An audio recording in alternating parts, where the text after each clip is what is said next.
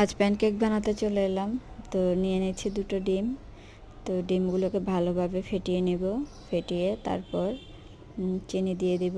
Pancake বানানো অনেক সহজ, তো আমি চেষ্টা করি যতটা সহজে তৈরি করা যায়। তো চিনি দিয়ে দিলাম। চিনি দিয়ে ভালোভাবে নেড়ে চেড়ে চিনিটাকে মিশিয়ে তারপর তেল দিয়ে দিলাম। তেলটাও ভালো করে মিক্স করে নিয়ে তারপর ভ্যানিলা এসেন্সটাও দিয়ে দিলাম, যাতে কেকের কোনো ডিমের গন্ধ টন্ধ না লাগে। তো এবার আমি এখানে আটা, বেকিং পাউডার আর সামান্য গুঁড়া দুধ মিক্স করে একসাথে রেখেছিলাম, ওগুলো দিয়ে দিলাম। ভালো করে মিশিয়ে নিলাম প্যাটার্নটা সঠিকভাবে তৈরি হওয়ার জন্য। এবার দিয়ে দিলাম একটু লিকুইড দুধ। তো মনে হচ্ছে প্যাটার্নটা রেডি হওয়ার পর চলে এলাম চুলায়। এখন কড়াইতে একটু তেল ব্রাশ করে নিলাম। আর এখন দিয়ে দিব এক চামচ করে, যেহেতু প্যানকেক বানাবো সেহেতু অল্প অল্প করে দিয়েই বানাবো।